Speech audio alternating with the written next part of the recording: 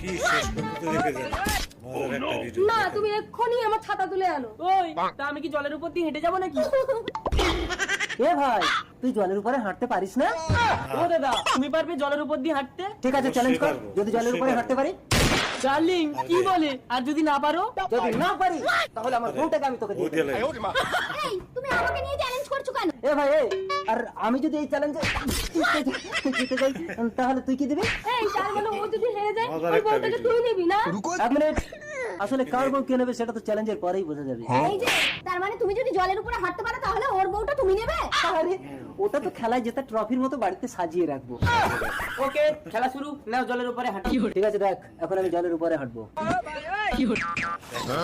Darling এ তো জলের উপরেই হাঁটছে। না বউ তুমি চ্যালেঞ্জ করার সাথে মিটেছে তো? আরে চলে এসো, তোমাকে হাঁটাহাঁটি। জিতে নিয়েছি। আমার বউ